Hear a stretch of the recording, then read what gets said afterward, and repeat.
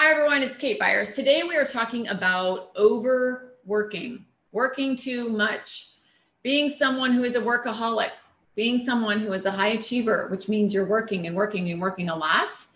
And the two very, very critical things you need to understand that will cure this. Are y'all ready? Okay, awesome. So the first thing I would love for you to do in the comments below, tell us where you're from. That'd be fun. It's always neat to see because we have a really wide audience, people from all over the world, or just a really cool town or city. I think right now, since we're all like socially distant, let's not be so distant. Where are you from? It's a small world after all. So if you guys would put that in the comments, let's get some chit chat going. And even if you watched it recorded, it would be fun to see that. So the reason that it's important to talk about why we're overworking is because when we are working too much, what are we not doing? Enjoying our lives. And if we don't enjoy our lives, what happens? Time slips through our fingers and then we end up with regret, right? Is the one thing that's most precious in all of our lives is time, but of course we take it for granted. And you don't need me here to tell you all these things, you know this.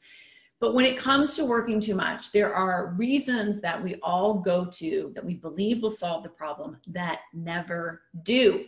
And this is really important for you to understand because I fell victim to this for a very long time. My husband fell victim to this, you know, and the first thing is it is not your job. Everyone thinks if I change jobs, if I get a new job, my life is going to be so great. Oh my gosh. You know, like right now, because I own a company, everybody's like, oh, you own a company, you're an entrepreneur, Kate, your life must be so easy now. No, it's not. You know what I'm saying? Like, it doesn't matter whether you're an entrepreneur, whether you're working in the corporate environment, whether you own a veterinary clinic, whether you're a medical doctor. I mean, we work with women across all sorts of different industries. It is not your job that is killing you. It's just not.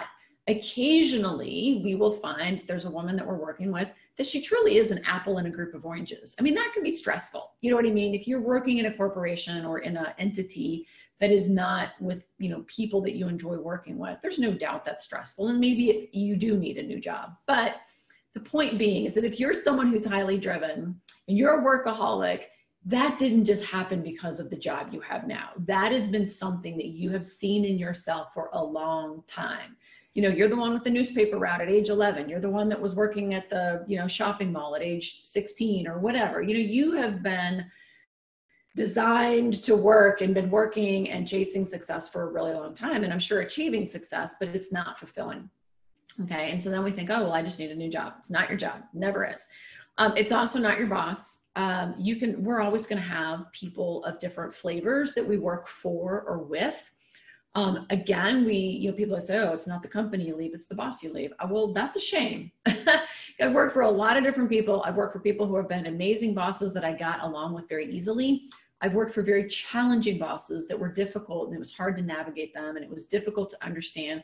But once I started understanding myself better, it was a heck of a lot easier to navigate them. So you don't want to leave a company just because you have a boss that's not so great, especially if you love the company, you love the mission, you love your team. You know, there's all these other facets, you know, we have a client that we've been working with. She's like, oh my gosh, I have the best job ever. I do have a difficult boss, but, you know, I get to work from home. If I didn't work from home, I mean, everybody's working from home right now with COVID, but, you know, a lot of people aren't. You know, I'd have to have a commute. I'd have to be away from my family even longer hours. Like the job is perfect for her, except for the fact that it's a difficult boss. And she happens to be, you know, a high achieving workaholic like all of us. And so it's not your boss, never is. And it's also not, dear God, time management or organization. Girls, put the Post-it note down. You know who I'm talking to, and you know what clients I'm talking to too. It is not about the Post-it notes. You do not need a fancy Post-it note system. You do not need one more reminder system. You don't need your smartphone reminding you of stuff. You don't need a new calendar. You don't need an EA. I mean, all this stuff's great. Don't get me wrong. Like all this stuff's wonderful. It's wonderful to have housekeepers and people to help you run your life, whatever.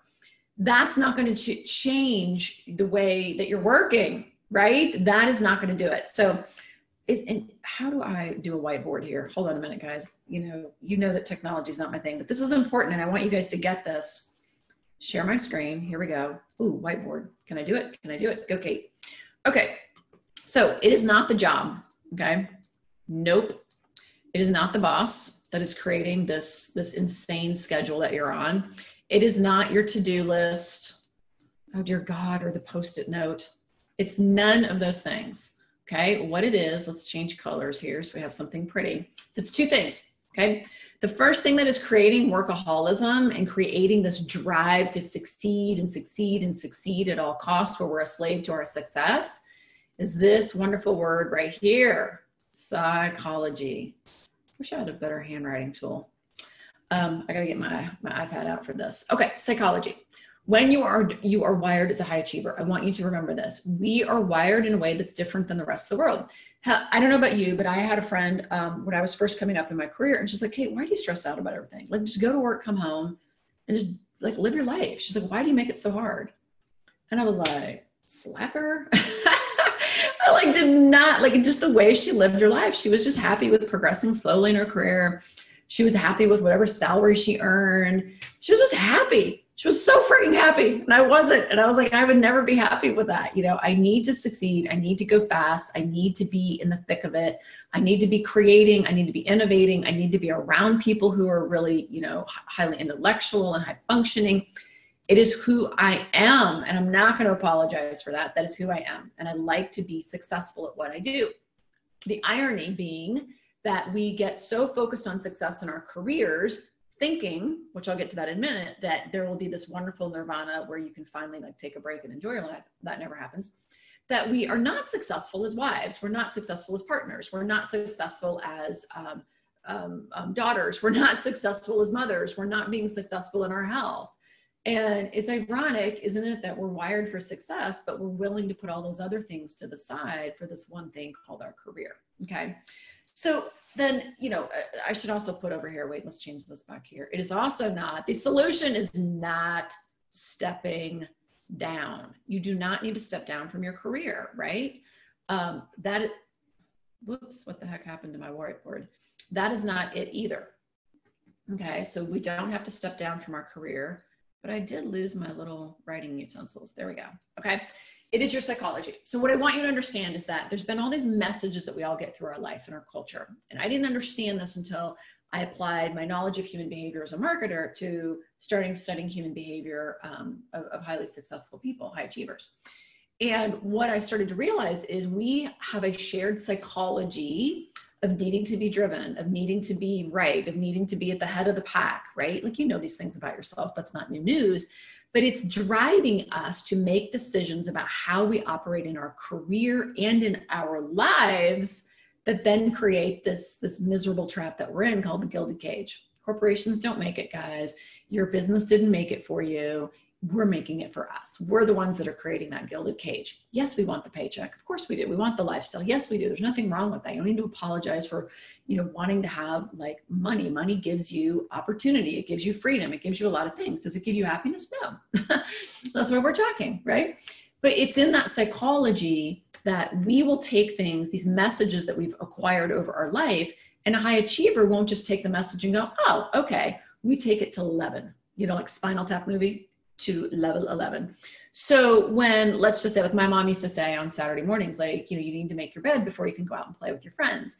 Well, you know, my sister might have heard that message and she probably would have already made her bed knowing her, but you know what I mean? Like she might have been like, oh, whatever, I'll just go make my bed. But I heard that message as, okay, you better make your bed and you better have your room clean and you better have an exceptional room and blah, you know, I heard it like, whoa.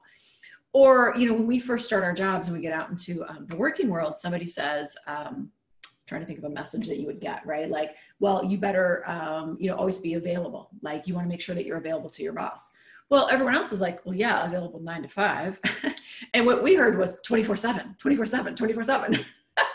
So the high achiever is going to take these messages that we've gotten in our life, and we're going to take it to this exponential level.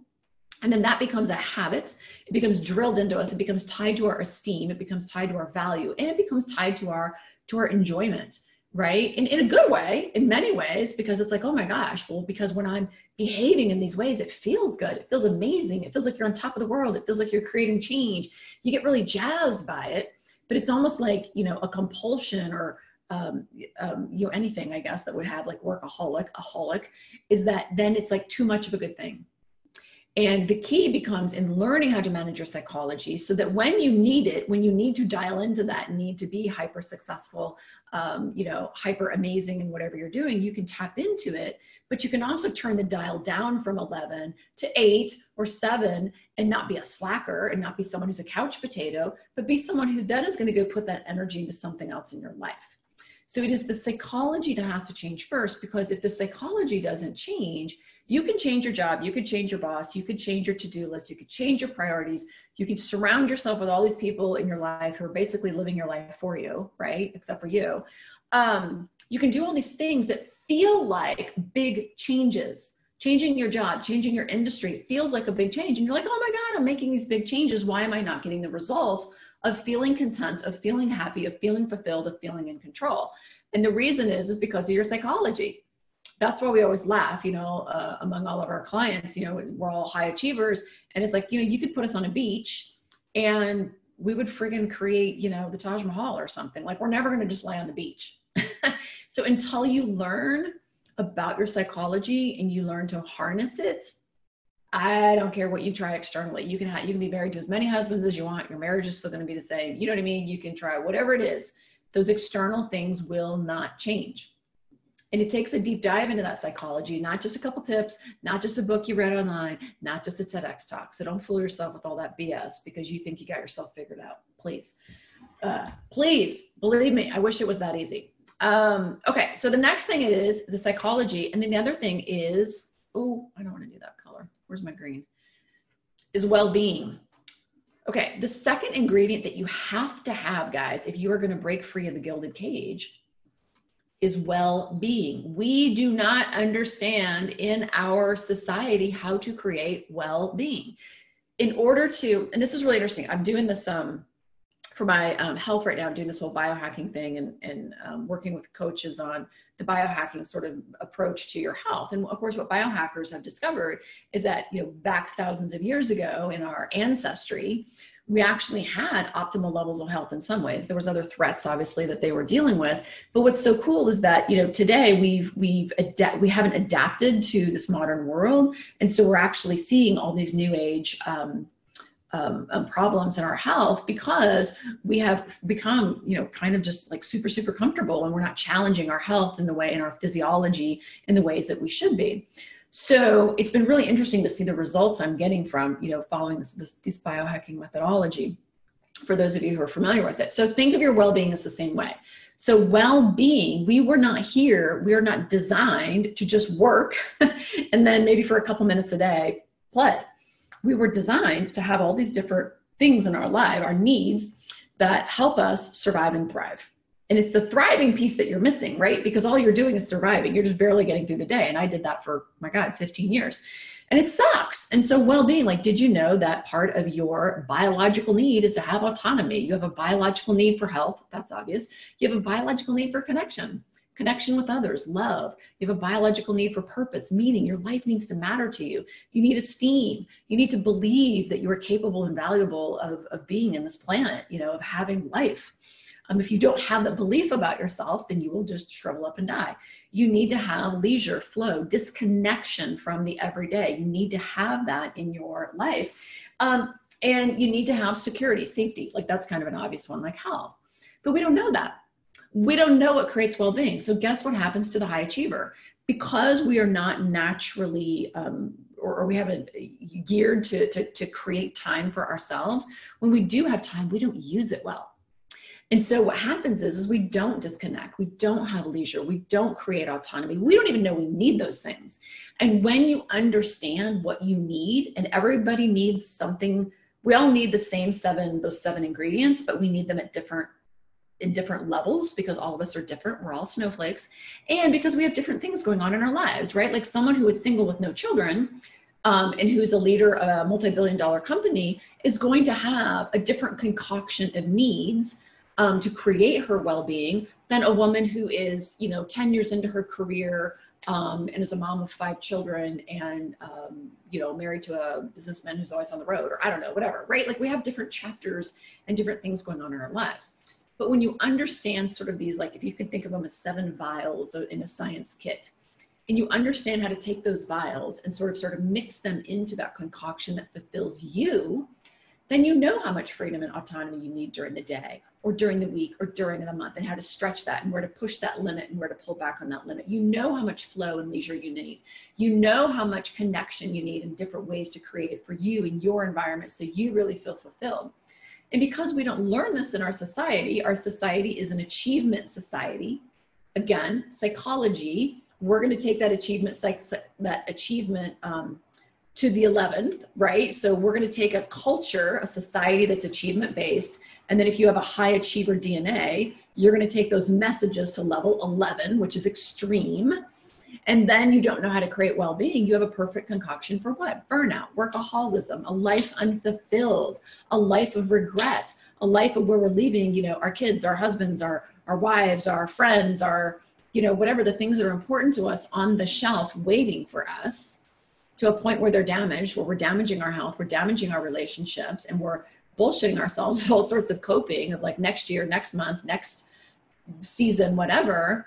And here we are, but you know what? We can change all these things external to ourselves, but until we learn to A, harness our psychology, and B, learn how to really meet our needs at a very highly effective level, to where you go, oh my gosh, it's not about time. It's not about how much time I have. It's about what I'm doing with that time and how I'm freeing my mind from, yes, A, being able to create more time for myself, but whether you work 60 hours a week or 20 hours a week, it doesn't matter. You can have very high levels of well-being and feel fulfilled and feel great and feel calm and feel amazed when you understand what creates well-being for you, right? And those are the two ingredients that are missing every single time. And we see it over and over again. Now, there are other solutions, right? The other solutions are you can go quit your job. You can go do something where you make a hell of a lot less money. You can go live in an ashram somewhere and, you know, follow a yogi master or whatever. Like, those are all cool things. There's nothing wrong with those things if that's what you want. If you are looking forward to doing those things, if you want to quit your job and go travel the world, I mean, please go do it. If you want to quit your job and be a stay-at-home parent, please go do it. Those are things you're moving towards because you want them. That is a great solution. I love that. There's nothing wrong with time management. Great, manage your time all you want. I personally don't thrive in a highly structured, highly calendared world, even though that is what my job requires of me, is to have a lot of structure. That's just not where I thrive. And so to give me a bunch of time management strategies is just going to make me suffer and feel miserable about myself every single day, because I will fall off the wagon of those time management strategies. I can promise you. There's not a to-do list in the world that I'm ever going to follow. There's not a priority list that I'm ever really going to do. And there's sure as hell is not a Post-it note that's going to help me organize my life in a way that helps me feel like I'm thriving. The only thing that's going to do it is harnessing my psychology, understanding that I am a high achiever. I'm not going to apologize for it. Now I get it. And now I know how to leverage it and have a big, beautiful life and not have to step back from a well-paid, intense, stressful, demanding job. Don't have to. Our clients don't. And you guys can go to any of our, you know, social media channels where I'm sure there's, well, I know there's dozens and dozens and dozens of client interviews with women going, oh my God, I did not quit my job. I have the same job, the same husband, the same house, the same kids, the same dog, the same white picket fence. And I'm happy and I'm in control and I have time and I've got my life back. Like, this was the sweet spot I was looking for. And it's because they now understand these two things, right? And not only do they understand it, you can't just understand it logically. You have to practice it. It has to become you. It has to be a new way of living and thinking and breathing and acting and understanding. Oh my God, this is what high functioning, highly successful people who have freedom understand. There's high functioning people out there. There's highly successful people out there. It doesn't mean they're living in freedom. And if you want freedom and control and empowerment and to live a life well lived, where you get to call the shots in your life and feel great when you get up every day, these two ingredients, they have to be mastered. You have to understand them. And that is what has given my husband and I the grace of being able to live well in a myriad of ways, not just in wealth, but in our relationships, in the time we have to put into our relationships, into the opportunities we create for ourselves, for our children, for the adventures we have. And that's available to every high achiever. You do not have to suffer for your career. So I can't wait to see in your comments where you guys are from. That's really fun. I just moved houses. We just moved from Washington down to Arizona. So it's an exciting new adventure for our family. And I hope you are enjoying the adventure of your life as well. If you are not, you're a workaholic, you are highly successful, or if it's not you, it's a friend, it's your wife, it's your partner, it's whoever it is, pass this message along or give us a call. Book a call in with our team. We're happy to talk to you. We're happy to see what's going on. We will get you a game plan. We'll see what is possible for you. And if there's nothing possible, we'll tell you that too. You know, if you need to leave your job, we'll say, hey, you know what, you just need to leave your job. I have no problem telling someone that if I have evidence that that's really true, but we're happy to get you a game plan for whatever it is. But don't hesitate to book a call. It's 1 hour. Make the damn time so you can at least figure out what is possible. Our team is all experts. We all have a background in whether a corporation, in business, and any one of our career coaches will be happy to speak with you about what's going on, because I can promise you it's not your career. It's really about understanding well-being and your psychology. And again, if it is your career, we'll tell you that. But if not, just book a call and find out. Cool? All right. And we'll see you guys next time.